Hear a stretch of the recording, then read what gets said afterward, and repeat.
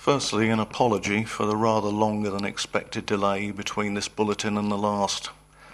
The reason for this is that your humble correspondent has been rejigging his investments in the most efficient manner to take advantage of the forthcoming breakup of the euro currency.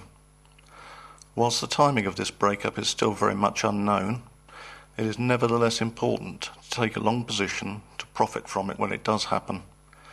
Perhaps in a few months I might release details of the steps I took, should any of you also wish to bank a tidy profit out of the euro's demise. Anyway, if you've been following the financial news, you will have seen that the ongoing euro crisis is currently in remission and has vanished from the front pages of all the leading newspapers. Make no mistake though, for the crisis is about to flare up again and claim another victim in the shape of Portugal. Over the last month I have been keeping a close eye on the bond yields of the Eurozone countries. The Wall Street Journal has a page devoted to this on their site, which permits ready comparison between the borrowing costs of several different countries, not all of which are in the Eurozone either.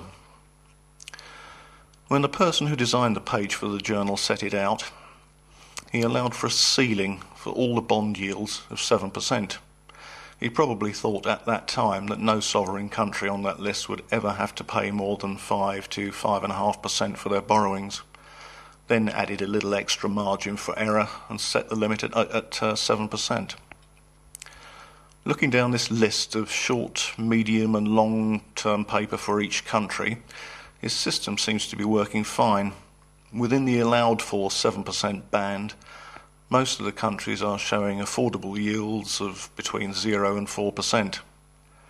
Each rate is represented by a black circle over a horizontal grey bar. The bar is about 1 inch long, and the position of the black circle within it establishes at a glance the yield of the security in question. For example, a country whose 5-year paper is yielding 3.5% will be represented by the grey bar with a black circle smack bang in the middle of it. The column of these indicators all looks pretty orderly until you get down to Portugal. Portugal's 5-year bond yields are teetering off the end of their bar. The country's 10-year notes are even higher. The dot has fallen clean off the 7% end and is stuck some distance away, crowding towards the next column. To accommodate Portugal's huge borrowing costs, the table now requires a complete redesign. The shocking truth is that today, 1st of March, Portugal's short and medium-term paper is yielding a massive 500 basis points above US Treasuries.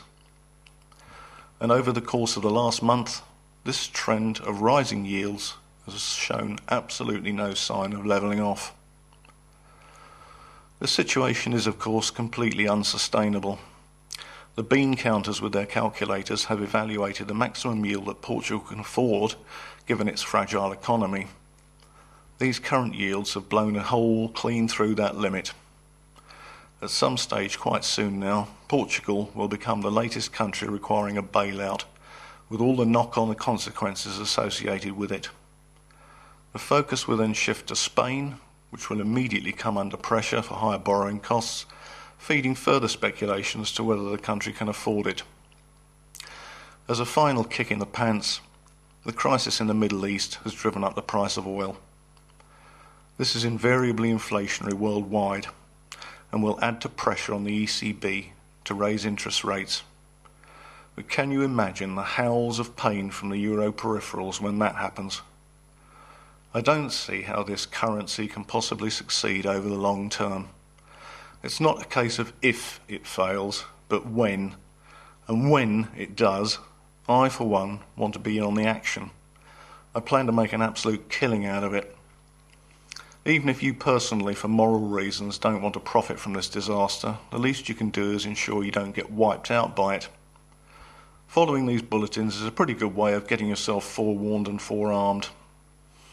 That's all I have to say for now. See you next time.